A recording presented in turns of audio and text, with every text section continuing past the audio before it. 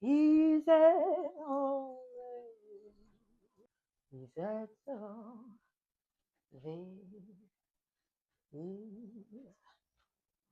Hi, I'm Marissa Lazaridis. I am an oil painter and storyteller based in New York, and this is my new painting, Let's Keep Dancing.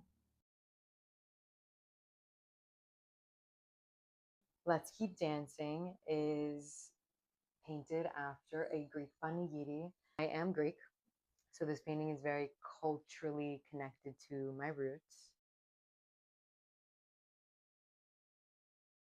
A Greek panigíri is basically a village celebration. The village comes together to commemorate the saint of their church, and they gather around this communal square that has food and music, just chaos, and it's so fun and so alive. I've always said that this is my afterlife or the afterlife to me. This space that harbors all this sound and this energy and this like love of being alive. Being in these spaces or in this celebration comes with this like presence and awareness that life is fleeting. And I really wanted to depict that contrast of where joy and impermanence coexist. This painting is named after the Peggy Lee song, Is That All There Is? The chorus of that song goes, Is that all there is? If that's all there is, my friends, then let's keep dancing. Let's break out the booze and have a ball, if that's all there is. This song by Peggy Lee is a song of existentialism, and I am a casual existentialist. If you know me, you know. So this song depicts that like life is full of all these disappointments, love, loss, tragedy, art, and they never really succeed the transcendence that we expect. Instead of despairing over that, Lee accepts it, and you hear that in the chorus. And that attitude is like my own spiral, and it's who I am at my core. So, with that being said, that's the spirit of that song mirrors the energy of the panigiri. I've been to multiple panigirya as a kid, through my summers in Greece. I love participating in it, being in the circle, being dancing, leading, whatever. But also, I just like love all the sounds. The loudest sound is the music. You hear the bouzouki going crazy. You have the guy on the violin going insane, just like losing himself in the music. You have the sound of the guy across from you on the table trying to yell over the sound of the music. You have the person next to you whispering in your ear, trying to get their thoughts across. You have the sound of the plastic chairs, sound of friction that they make on the gravel as they're being moved, either by people wanting to join the dance or moving the chairs to sit with you. The sound of like the beer cans opening or the soda cans opening. And you have the sound of the cicadas, and you have the sound of the wind in the trees. And all these sounds to me become like one noise. It's almost like a white noise. And I'm a very auditory person. I hear sound as this like very relaxing, almost like white noise. And when I reach that, wherever that is, that's like a very divine space where I become very present. And then I get hit with this quiet sadness that this is all fleeting. Wherever I am in that space, that is the message where I understand that I have to turn this into something. Wherever that space is always that inspiration. I need to translate this to be understood. So when I began this painting, we are in the depths of March. And I call the months that happen post New Year's Day, like January, February, March, the dead months, because there's nothing going on. And I'm going through a very transformative time. A couple months prior, I had just moved out of my childhood home, and I was alone for the first time in my life. And that reality was very transformative for me to experience. I was struggling to really cater to my architectural career, and I was just going through a lot of changes, and I was going through a lot of goodbyes. And so I was just creating. I did my first art show in January. My second art show, I was invited to join. And it was these like subtle knocks on my door. I mean, I've been an artist my whole life. And what's funny is that I never really claimed that I was an artist. I mean, this was always like a very quiet hobby of mine that maybe nonchalantly I would talk about here and there, but I never really like identified with. Now forget it, because I own that shit. But like in the past, it was never like that. I had allocated a few hours a week to get my creative expression out. And that was that. I mean, what could art be if I pursued it? You know, it was not even a question in my mind to like take it seriously, or, and I didn't really have the space for that or whatever. Right. And when I was left with myself and when I was left alone, it just became something that was very loud, something that I could not pay attention to. And so March, I decided, with the inspiration of this painting, that I was going to do this full time. I was in the height of like daydreaming. I mean, I am a daydreamer, but during that time, it was like I was daydreaming about the summer, about just like, the sun, all these things. And then I just started to think about a panigíri. I'm like, oh, how fun and like it would be to just be there, and, that feeling. And I was like really in that daydream, and I felt it like in my body. It was a very visceral response in my gut that this is something that needed to be painted. So, like I said, I'm doing shadow work throughout this entire time. I was really grieving. I was grieving my life up until that point. And so this painting started with a panigiri, and then when I was getting to like the people in the painting, I started to casually, not even on purpose, like paint the faces of the people I was saying goodbye to. I started to paint the faces of the people that I had drifted away from. And then I started to paint the faces of people who have passed away and who I love and think about every day. And then I started, like, if you called me in the middle of painting, if you're in my life and I love you and you're whatever, and you're present in my life, your face found its way onto the painting very casually. And I loved that, like that essence of the painting as well. It was like my instigative part of myself, like came out too, because I wanted that game, creating this conversation of, is that me? Or did she even think about me? Like, am I even in this? That's also another layer to the entire piece as well.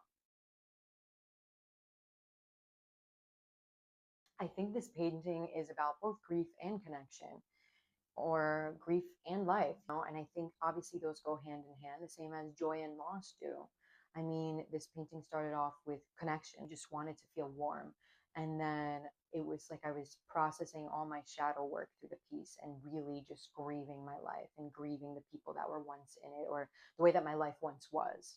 Like grief through love as well. Like I was painting people that I've loved who passed, and also people in my life now who I love so much, and then they made their way into the painting. And I mean, I'm painting a scene where people are holding hands with each other and they're dancing. If that's not connection, then what is? I think I tend to get stuck in the past a lot, or I hope that I used to get stuck in the past a lot. um Otherwise this painting will always be a reminder, right? But it's a very different way to live within the mind than to live within the body.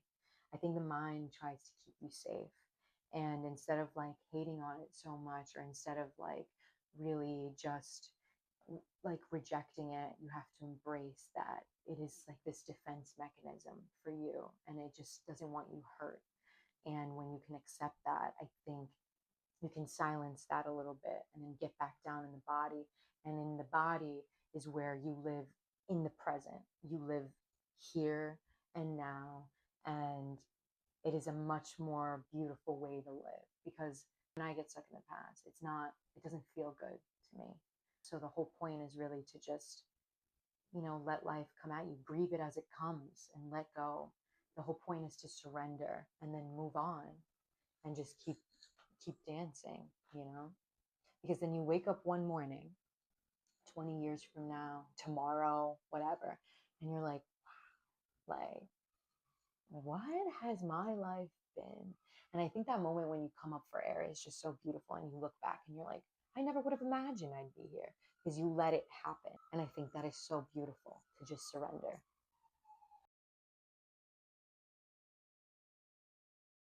This is a 36 by 48-inch painting. This is the first painting I've ever done to this scale. And I've never painted people before.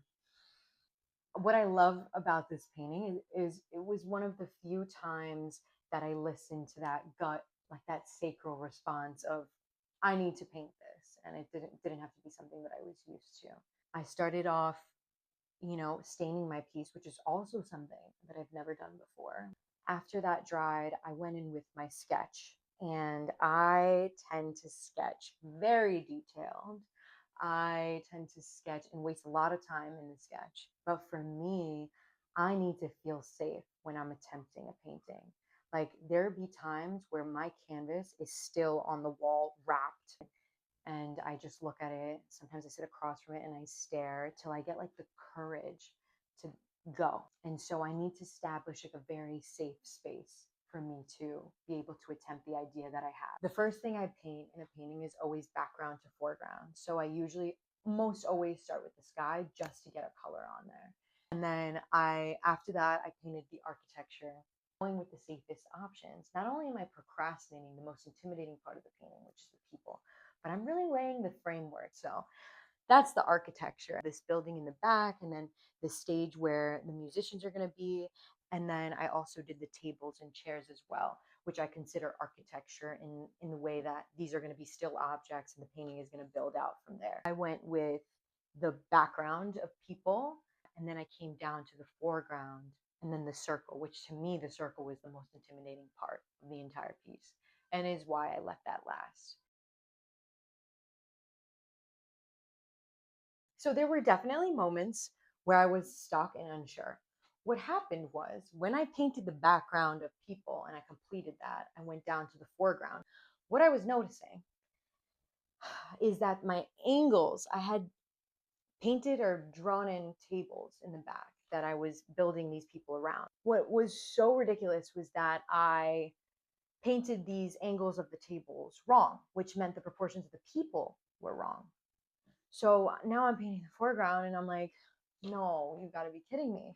We got to go back and we got to fix that. At this point, though, I'm going through shadow work as an artist because I tend to get stuck in perfection. When this little hump was happening, it was like, I thought I was failing. I was so disappointed, and I was really just doubting everything I was doing. Like, there were times where I've set the painting down, turned it around. I like hated it. I thought like I'm a failure. So dramatic. Hindsight, so dramatic. But like, that's where discipline comes in. When doubt creeps in and you're really talking those negative thoughts, like, discipline must kick in, because you have to turn these voices in your head into like cheerleaders. It's like, you know what, babe, like, you attempted it. That's more to say than the next guy. So you already won. At this point, let's just have fun. Let's just see where this goes. And when I went back into painting the background of the two people that were painted before became one person, that's how disproportionate the background was. And I was able to allow the people to become muddier. So I was able to just let go, which put me back on track. And I think that one of the best feelings in the world is when you're doubting, and like the negative thoughts are in, and then just you stay disciplined and you're like, whatever, whatever, whatever. And then it's like that moment, like, where it just turns into a painting. That moment where it all comes together and it's art. I think that's one of the most beautiful, one of the best feelings in the world, when you got it, when it's all. Yeah, so I went back, I repainted the entire background, and then the foreground was done, and then I went into the circle. But what's funny about the circle is that, yeah, it was supposed to be one loop and then it stopped. But in traditional Greek dancing, like, so many people that are in the circle, and there's this concept that you have a snail or like a snake, and it just starts to like coil. And usually the leader of the circle determines what they want to do with that. There are these tricks that you go under people's arms to like loosen the circle and like open it up and expand and let it breathe. Or you can have like the leader decides to like just keep coiling in and coiling in and coiling in to like stick with that tension of the movement and that tension of the dance. It was very important for me to make that strong because the faces that are in the circle are very important to me.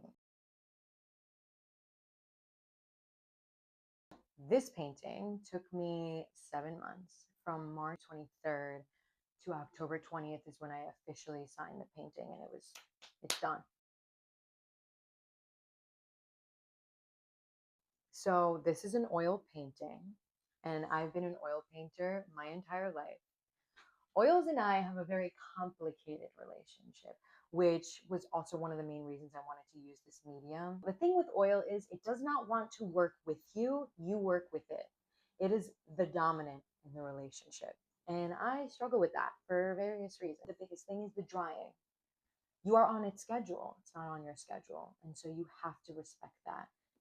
I love the way that oils depict color. I also love the way that oils capture texture. I have this thing that I do, like I can blur my eyes on command, and I use that very well in painting because, yes, I'm a very detailed painter. So sometimes, like blurring my eyes and just seeing the scene or the painting blurry allows me to see it clearer. When I had put in the string of lights, while blurring my eyes, I was seeing, okay, like we're putting glares in the lights because I want that to be something that also brings forth how alive I want the scene to be. With the yellow in the lights and the orange in the lights, what was standing out to me were the blues. I put blues in the shadows as well. It just allowed me to like create this like depth and just deepening colors and also highlighting highlights and putting in whites in my painting, which white I always leave till the very end because there's nothing like whiter than white. So dancing to me, dancing is freedom. Like I said, I'm a very auditory person and I'm very sensitive to music. Like music takes over my body in a very like safe and like consensual way. Dancing is it's freedom to me. Now, if someone didn't watch this and looked at this piece, I would hope that they would understand that there's something deeper going on. I really hope that that comes across. And also, I would hope they feel inclined to join. I would hope they feel inclined to come dance. It's allowed me to come closer to my own truth in a very compassionate way. I think the core of what I'm presenting in this painting, the core of the song that's inspired the actual name of the painting, all the stuff that I've said about life and grief and accepting and whatever is a very core belief of who I am. Like I said, I'm a casual existentialist and I'm always looking for the meaning of things when it comes down to the fact that it's all fleeting and that we're all headed to the same fate. I think that if you can understand that, it would allow for a lot more love to enter the world and a lot more acceptance of other people because there's nothing that makes you different than me if we're all headed towards the same fate. And that, in and of itself, is the core of my optimism as well. Like, yes, it can be a very deep way of thinking, but it's also why I look at life through this like childlike lens and why I want to have fun and why I chase things that make me feel good. And I just always want to be invited to these types of spaces where I am allowed to both witness the best things in life and love and laughter and joy and contentment, but also if I want to participate in them and be the one that tells the stories, be the one in the center of the attention, be the one that laughs and tells the jokes, like I can do that too. And I think painting this allowed me to come closer to my truth in that way because in my very real life, I have tried multiple times to express this part of myself. There's through casual conversation. And and I'm met with like silence. And I think that stings sometimes, or I'm met with like, relax, life isn't that serious. And my whole point is that it's not serious. Like, life isn't supposed to be serious because of these things. It is who I am at my core, and it is why I want to spread love and why it should be about optimism and it should be about all these things. And I will forever spread that message because that's who I am and that's what I believe. And this painting allowed me to have compassion with that and to finally accept that. If this painting could speak, I would hope that it says to you to come dance.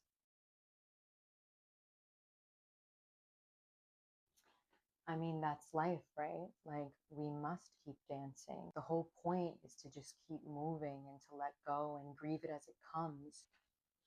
You don't dance when you're standing still. So that's how we keep ourselves alive. And is that all there is? I mean, if that's all there is, my friends, then let's keep dancing. Let's break out the booze and have a ball, if that's all there is. Thank you. La, la, la, la.